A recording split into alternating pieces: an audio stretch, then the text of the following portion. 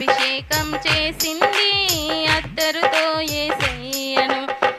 కన్నీళ్లతో పాదాలు కడిగింది, తన కురులతో పాదాలు తుడిచింది.